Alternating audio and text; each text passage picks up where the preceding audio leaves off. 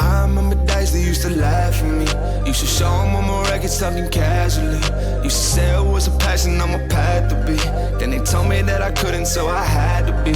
Tell me what they really think about it now. Used to hate it, but I guarantee they're proud. Had to do it just to show them that I could, yeah. Now I finally think I took it where I should, yeah. Had a jokes on you and now you're on and laughing. I did a whole lot of winning. Look, it came from a passion. I see a whole lot of no ones I could see now in public. And that may think a lot of things, man. At least think something, now you the judge. Hey, now tell me where you ended up. Yeah. Look, I bet it was a simple job. Yeah. Look, I went and took a different route. Yeah. Look, that's why my life is different now. Back in my feelings, look, when I wasn't so gifted and I was learning to do this, and all I heard were the critics, and I don't blame you for that shit. Look, I was way out the basis, but I just needed some talent so I could wait this to greatness. Oh yeah, you ain't ever think this, no, no, no. Stop me while I started, homie, whoa, whoa, whoa. Now this shit settled, it's go better and better, but I'll always remember, yeah, yeah. Kinz, you got your mic. We're here at That1 Podcast. And we're starting right now, Ken, so you get ready. Are you ready? Are you ready? Are you ready? Our beautiful guest, Amber. I was looking her up on Instagram here because she's, for her last name, you pronounce it a special way because it's French. That's what I was like. Butaud. So he Amber goes, how do you say Butaud. this? Butaud? And she's like, no, it's Butaud. Butaud. Yeah, it's I got to Butaud. keep saying it so I can Yeah. remember it. But Yeah. we're at South by Southwest here at the OWN headquarters in Austin. If you've seen some of the other episodes, you've seen some of the other guests we've had out here. We're jamming out here and meeting some amazing people. If you haven't gone to the OWN platform and gotten your username, go get it. Make sure you get secure the one you want before somebody else takes it. And so we're going to get started here. Look, I can't stress how much relationships have been like meant to me. And I got connected through another person to this person, and then we ended up doing something together that we both won at, or we connected other people to them and changed people's lives. And Amber, I met you through how do we meet? Because Tyler. But that was like a second degree connection. It's through Sean Kelly, Digital Social Hour. So thank you. Shout out to Tyler, by the way, for introducing us. We'll be able to shoot the podcast down at Amber Studio in Houston. But she's here with us today on That1 Podcast, and welcome. Thank you. That's amazing. Yeah. Yeah, we're playing past the mics. We're having some audio issues, so thanks for rolling with us. But so, girl, okay, so tell us a little bit about you. Like, what makes you tick, and tell us about Amber. Oh, what a loaded question. It is I know, it's a loaded question. How long's the episode? No, I love what you said about relationships. I think the world goes around through relationships. I think we were created for relationships, and how we foster them above and beyond anything else that we do. So that is a big motto of ours at the studio and also a personal thing. But I think I say all the time, I'm kicking like a chicken and still going, just kicking like a little chicken and waking up and trying to do the next right thing, and that was building my studio and running the studio and the productions and all of that, and creating community and a home for creatives to create from that is good and healthy and honest and fosters the right things, in a trusting environment.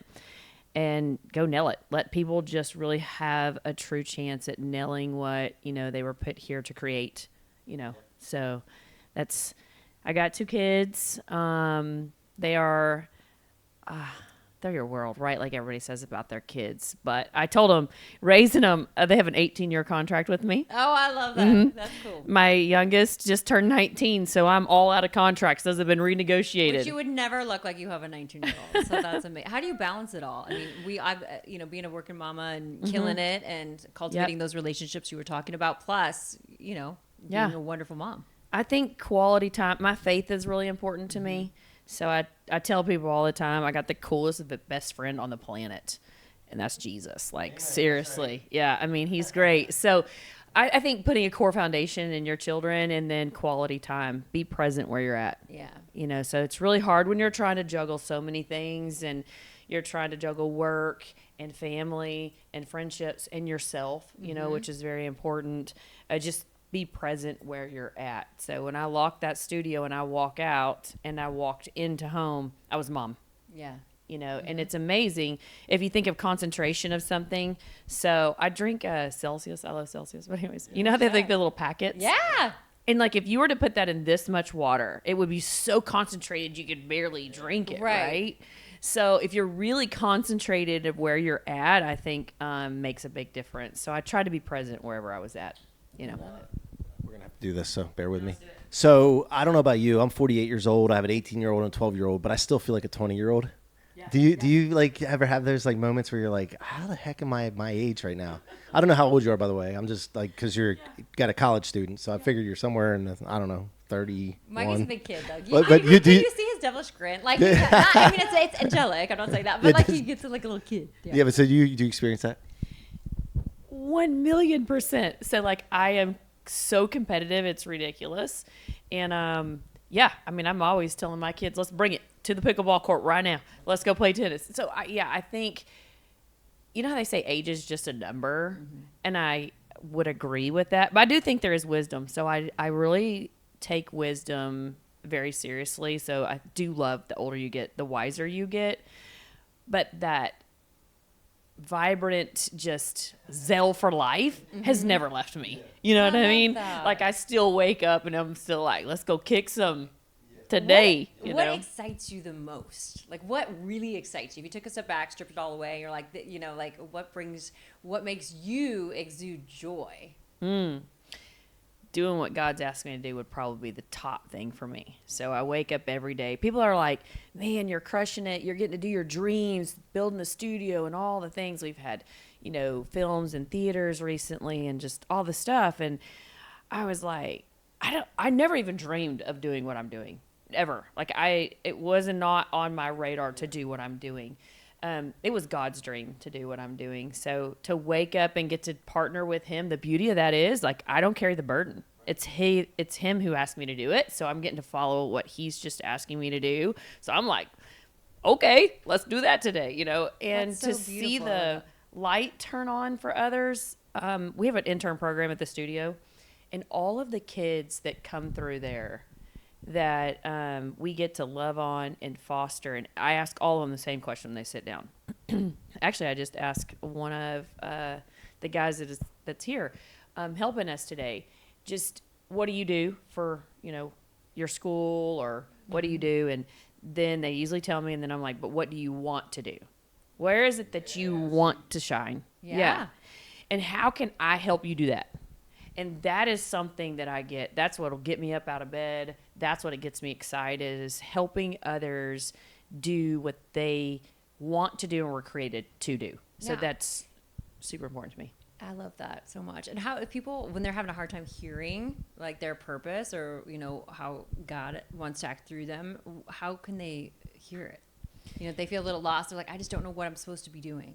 Well, okay. So this is what I say about that. Again, he's my best friend. So I talk about him, not religiously. I just talk to him about like we're all sitting here and like he's here with us. Right. Yeah. And you would never sell your best friends. That's weird. Yeah. You know, like if we're best friends, I wouldn't be like, oh, I'm trying to sell every attribute of you to somebody else. I would just genuinely talk about you and why I loved you, right? Why you were my best friend. It's the same that I say with Jesus. But I would also know those things about you because I had spent time with you, right? So if you haven't spent time with him, it's really hard to hear him. It's like if you've had children, I don't care. You could have 100 little kids between me and mine go, Mommy. Oh yeah. I mean, you that voice. Yeah. You've been with them all the time. So for me, that is the word. Obviously, the Bible is his word, is who he is. So if you know that, you know what he loves, you know what he doesn't like, you know what he sounds like, you know what he would or wouldn't do, all of that. And then just spending time journaling and writing and listening in the word. But you got to spend time with somebody to know what they sound like. If you can't hear them, get a little closer to them. Yeah. You know, figure out what it is they like. If you're trying to figure somebody else out, like if we just became friends, there would be like a learning curve, right? I would have to figure out what makes you happy, what makes you sad, what you like to do, what you don't like to do. Sure. You know, so it's spending that time and knowing there's a learning curve in there, but journaling and spending time in the word, really. I love it. That's so cool. So at your studio, how did it start, and what did you start offering or doing at the studio, and then how has that evolved into what it's going on now there? Let's start there. Okay. So I felt like that I had had a lot of information put in me. I had wrote a Bible study and I had done counseling for a really long time. And there was a lot of wisdom that came from sitting, what I said, on the front rows of the enemy's basically lines. Like, you just got to watch the destruction of so many people's lives and then get to also watch the revelation of God changing their life, which was so amazing. Well, I just feel like I needed to say that into something, kind of like just put that out. Like, here are steps that have helped make people make major changes in their life. And so I was just going to write a book or start a little podcast. Well, that turned into a little creative space I was going to create. Where was it? And that was the studio. So it was just a little one, kind of like the room we're in. It was like just a room, right? And I went to go take over the building, but it had a warehouse too.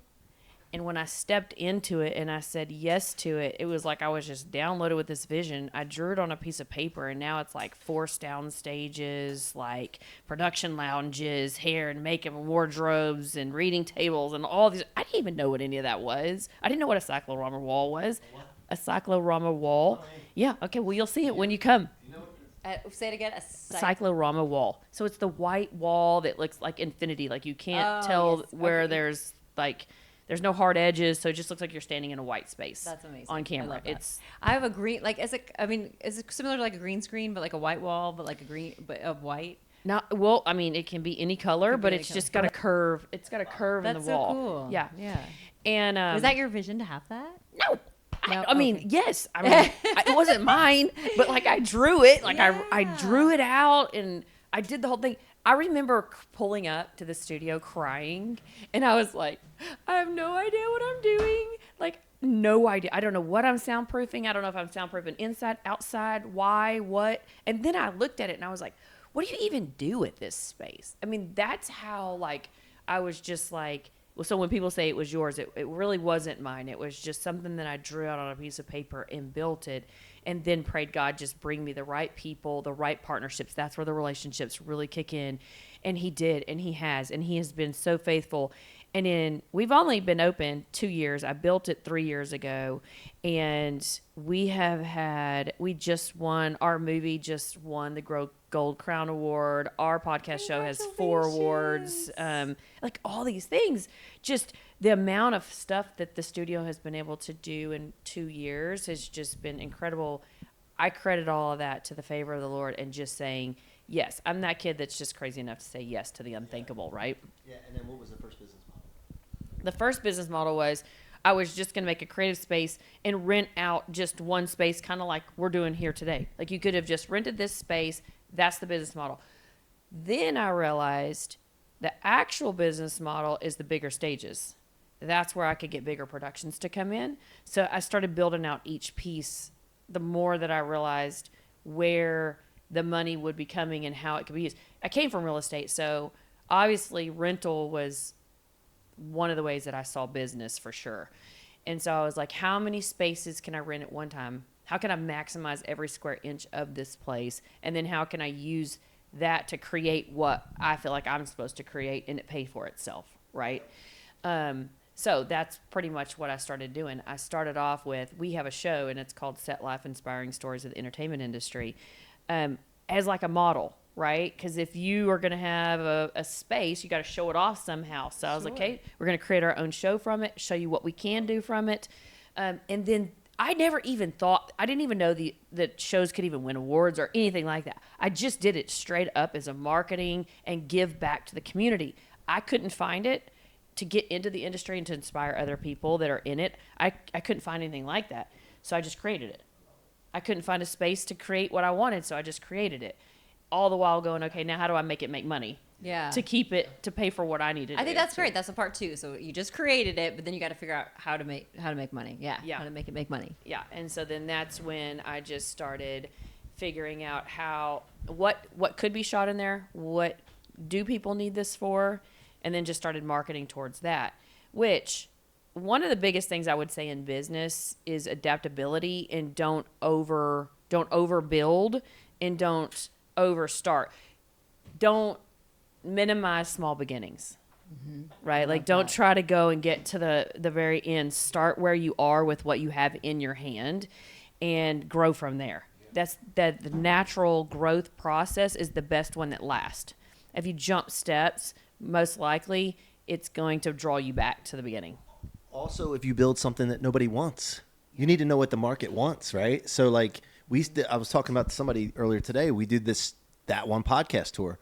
Well, I created this idea and this vision in my head, and I started promoting it before we had any episodes, and I was having people wanting to come out and collab with us, and, hey, come to your podcast here. And I'm like, what podcast? I forgot about it. I'm like, what are you talking about? That1 podcast? Oh, yeah, that one. Because my other podcast I do virtually from my home studio, so I don't bring that anywhere. Like, what are you talking about? I don't bring that podcast. And then but promoting ahead of time before you build is so powerful. It saves you time, money, huge. So, did you have a question? I don't want to jump. No, I was just gonna say, how do you handle like hiccups and like obviously putting out fires, and you probably have to be quick about it. Like, what's your go-to method for that? Because people are like, I want to do this, but I'm scared because it's all on me. And then it's funny, they have a saying around the studio. Someone's like, she can be mean so nice. She can be mean so nice? Okay, so I have no problem saying no. Okay. But I will do it with a smile. Yes. No. Are you bless your heart? Yeah, but Because I'm really Southern. I was like, bless your heart. Like, I feel like you could say the biggest sting, and then we'll ring it up with, but bless her heart, or bless his heart, That's so true. I just hold really firm boundaries. I am black and white. You really don't ever wonder what I'm thinking. Yeah. Like, I say it, but I will say it in a nice kind of way. I hold very firm expectations, but you know that up front. So when you come to my place, I'm very honest with like what I let shoot there and how it's going to be.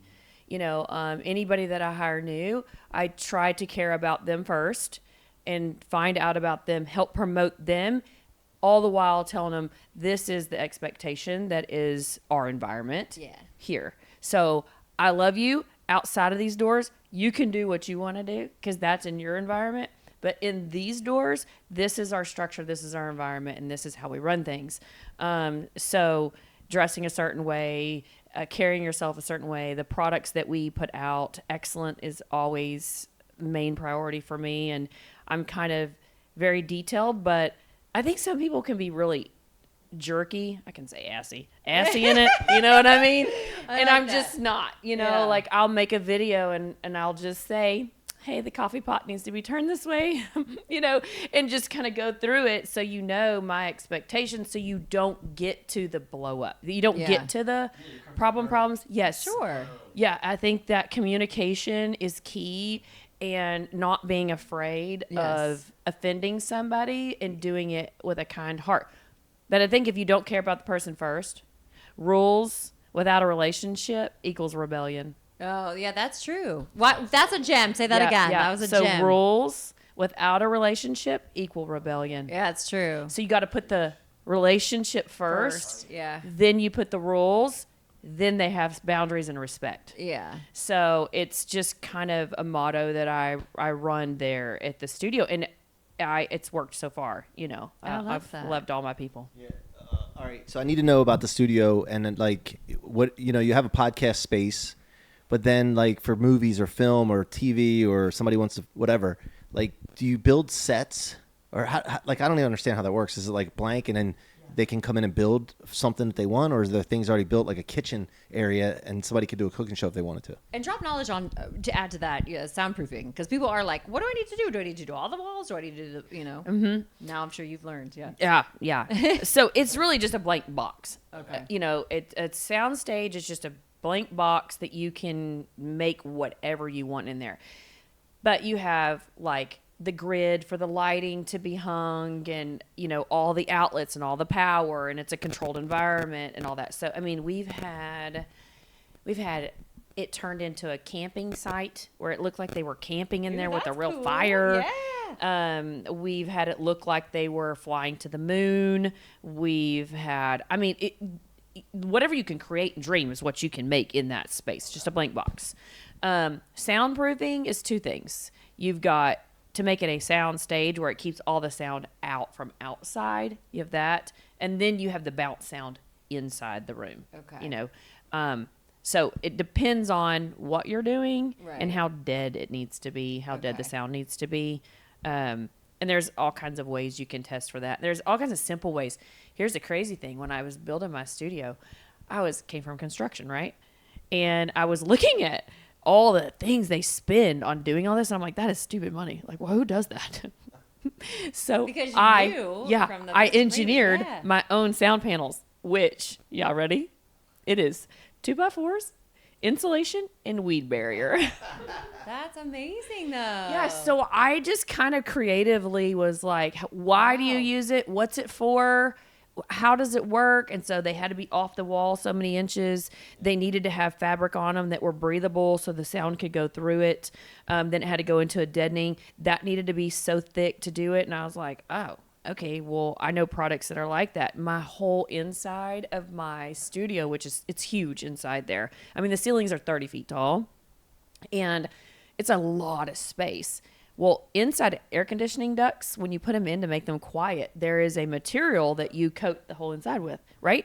So I'm like, well, if that makes that quiet, then why wouldn't it make the inside? So my whole building was wrapped in it on the inside. And it was black, and I structured it.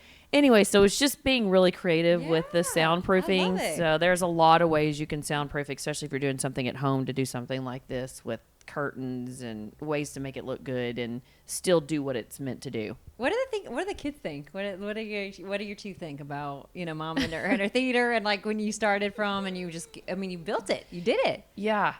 I think I would be speaking on it. They think it's cool. They're like, Mom, I'm so proud of you. And they get excited when I come to do things. They're like, they're my biggest fans. I love that. I love them. We're good. All right. So I have a question for you, a technical question. So when I'm watching a film, I always wonder, because you can't see microphones in movies, right? Mm-hmm. Is there a microphone above them, or do they go back and then they lip sync?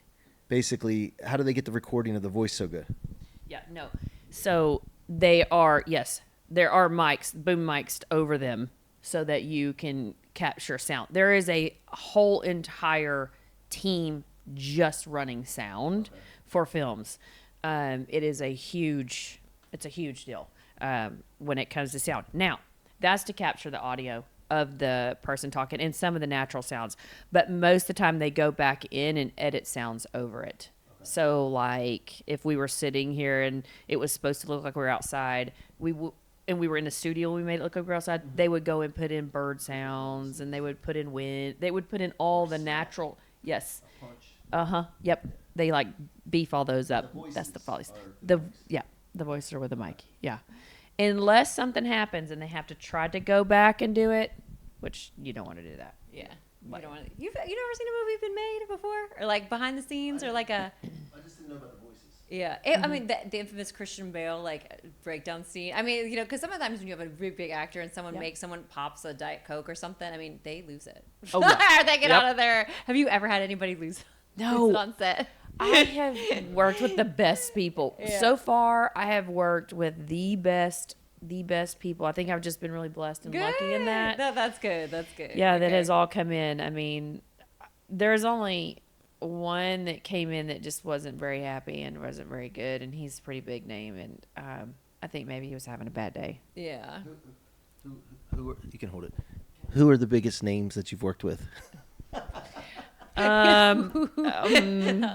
Okay, so the Beach Boys were in the other day. Oh, I love the Beach Boys. I went to their concert like literally 2 years ago? Not too long, but I love them. No. Yeah, they were great. They let my son get on their bus and everything. It was great.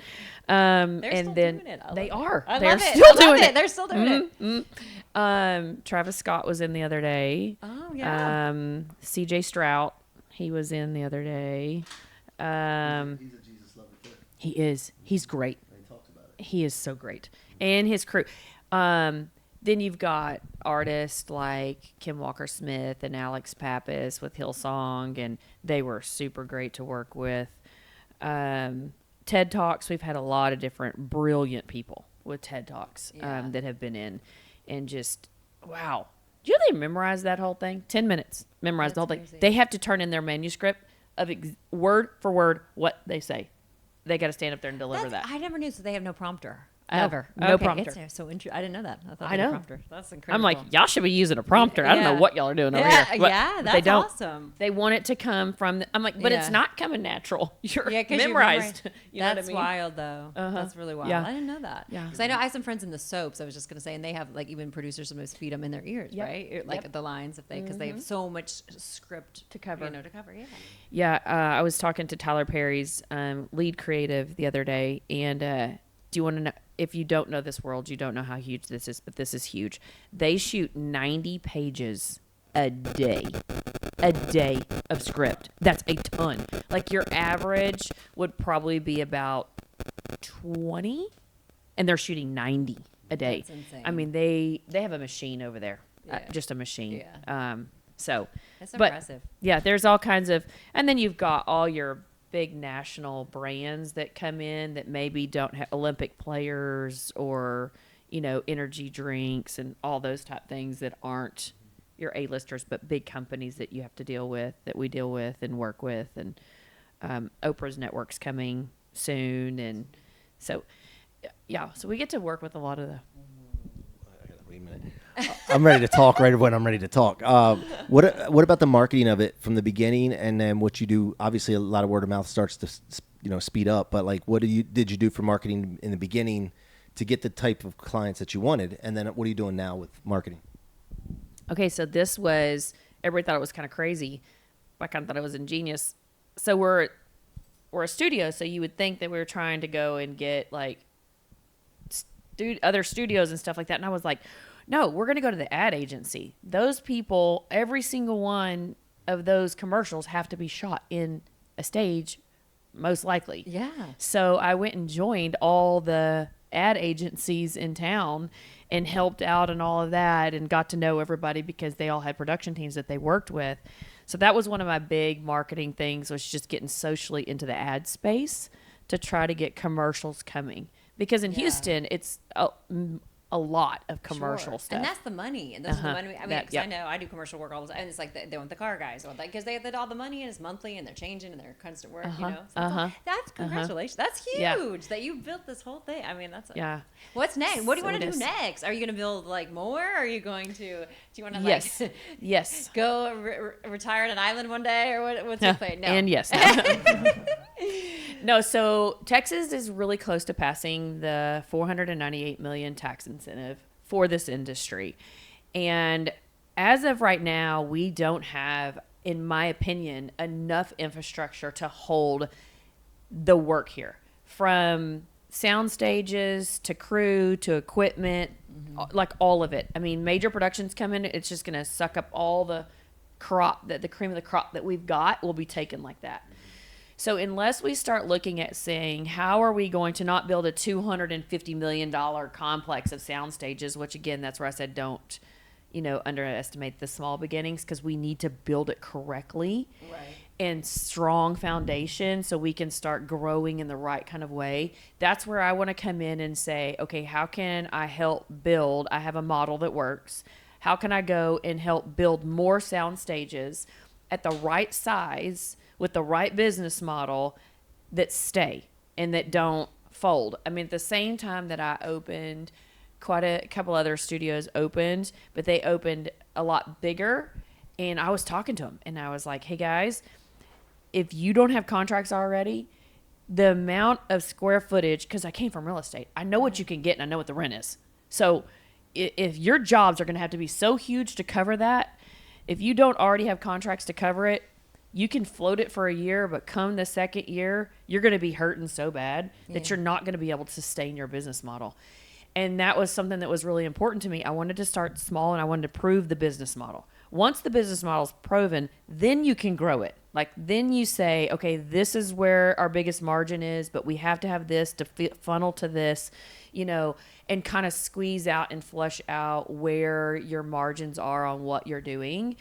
And this year I've evolved into saying, okay, I'm going to do more podcast show. How can I streamline it? How can I streamline the process and make it more efficient to get more shows, to give more voices to people? Because that's a big passion of mine. But then also, how do I build a business model that sustains it and grows it for more stages, more flats, more, all the things that would need to change the shows, I love it. That's amazing. Because I'm all about, we were just talking, I'm like being efficient, because everyone now is just like doing a million different things. They have, they're pulled in different directions. So I love that.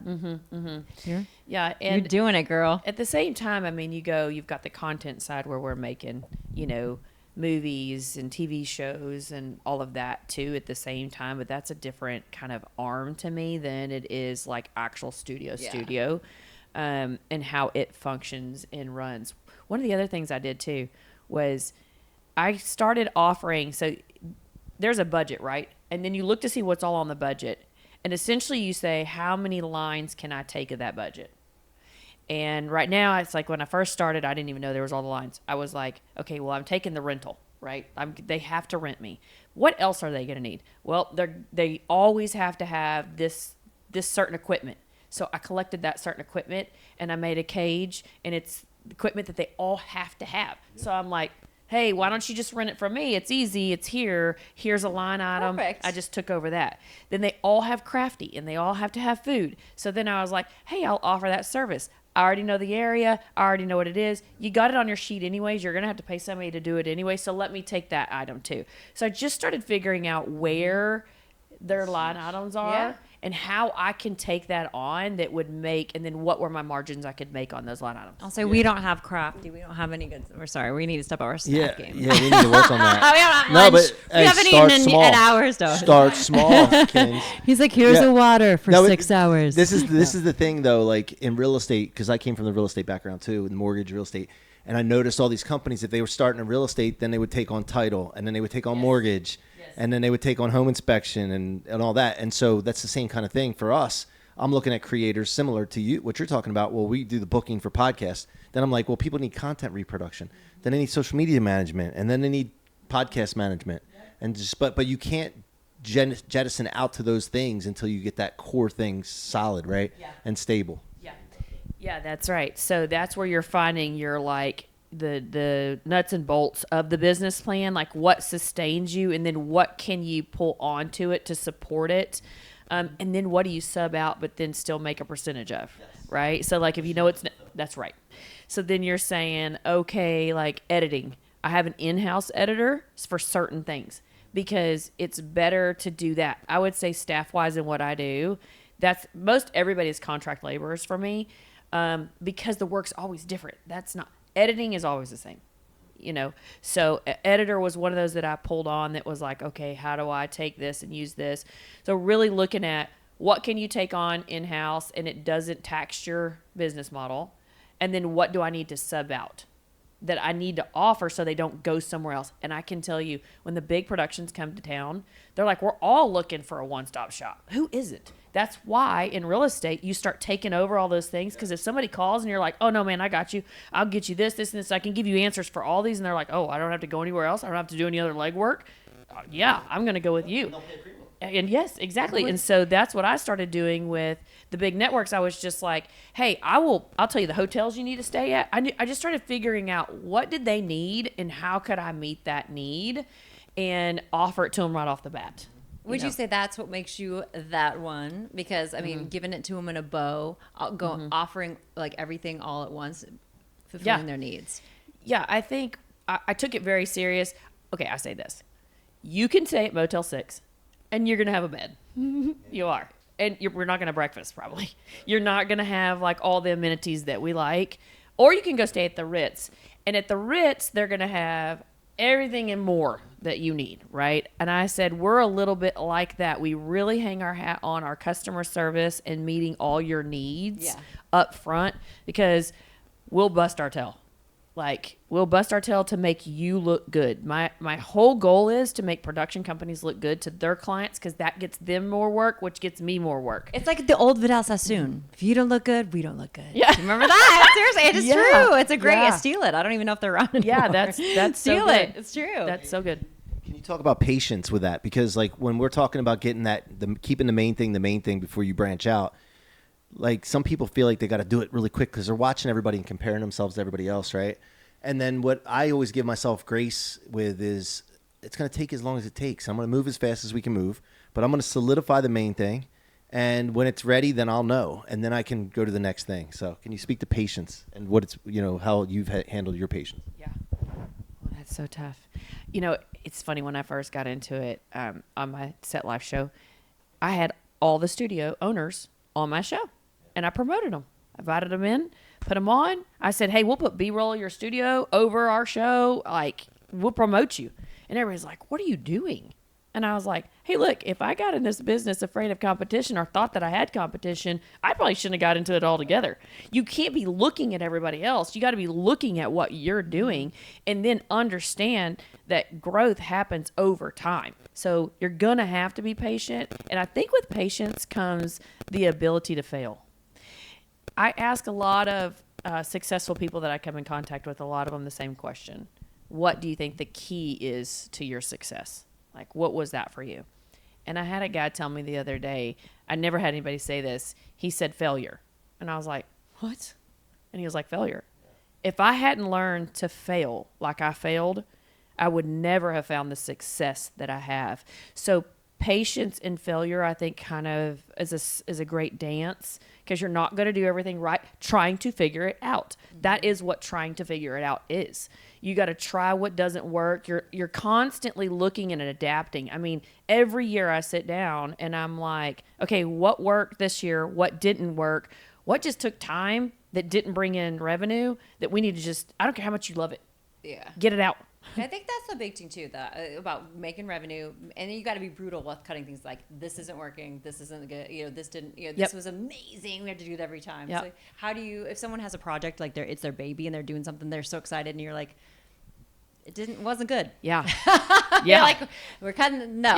Yeah. Like, sorry, you're nobody. You got to ask yourself the hard question. Yeah. What is revenue to you too, though? So there's monetary revenue, like, right? We all got the dollar. Yeah. Every day I say I am working towards dual currency. Okay. Every day I wake up is dual currency. And for me, the dual currency is, you've got the earthly dollar, right? The worldly dollar. And then for me, I've got kingdom currency. How do I impact other people's lives for the better? And that is stored up. It talks in the Bible that is stored up in eternity forever. So at some point we're going to leave this earth, and you're not taking a dollar with you. You're going to just show up there empty-handed. So whatever currency you built here is the currency you receive when you get there. So I look at things as dual currency. Now, I look at everything in my business as dual currency too. So I say, okay, Lord, we did this. This is the revenue it took. This is how much it took us. This is what it brought in. And sometimes it's a wash, and it took a lot of time. But if in that it did a lot of kingdom currency, it's tough for me. As long as it's taking care of itself, because God says that he provides, then okay. But if it's just totally tanking and people aren't getting helped, then it's like, I need to kill it. This is just something I want. Yeah. And I got to really ask myself, how sustainable do I want to be, right? How long do I want to do this? If I want to do it forever, you got to make those hard decisions to kill some things, and just let them go. And then pivot. Okay, what was, and then adapt that. Pivot. I don't know if you were watching Friends, but yeah. Yep. Yeah. That's fantastic. For the One Studio. Oh, yeah, where can everybody find you and like get involved with you? For the One Studio. Okay. Are you going to expand out of Houston, or is it secret? Or Well, I've got 2 potential things happening outside. I don't know if I'm ready for that just yet or not. I mean, you'll know when you are. Yep, that's right. I'm saying all the time, I own the entire complex, and I'm in one space of the warehouse.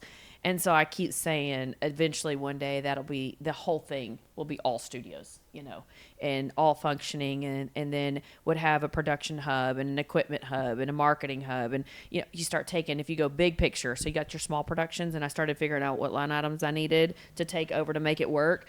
Well, now I've done it, and now I'm looking at the big picture to say, okay, what makes a production the most valuable thing turnkey, from the inception of the idea all the way to the deliverable, the marketing of the deliverable, and the success of that deliverable. What does that look like? And I need to be in control over all of that to make sure that it succeeds. Yeah. And as of right now, no one's really doing that. So how do I build that model now? So that's what I'm on now with larger sound stages. Well, there's no doubt in my mind that she's going to figure this out. Because you are an incredible she's got woman. it. I know. Trust me. I know what it takes, and you got what it takes. So yes. Yeah, you got what it takes, because I can hear it in you, and I know from all of my experience that I've been through. Yes. Like, you've been through a lot of it too, and you haven't shared everything with us, I'm sure. But and I like For the One Studio. We're That One, and we did that for a reason. And you are That One. I appreciate you being here, driving up from Houston, and looking forward to building with you in the future.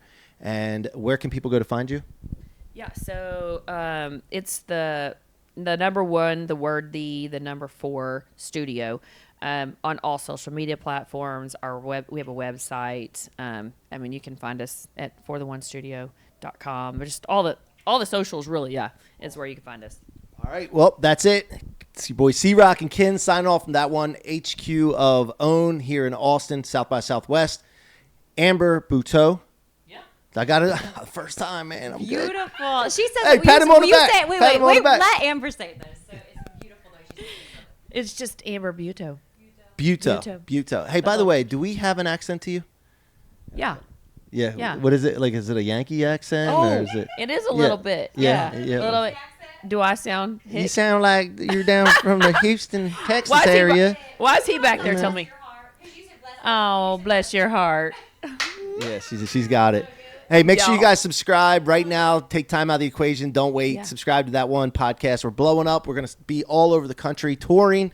It's your boy C-Roc and Kinz signing off for now. Until next time, be That One.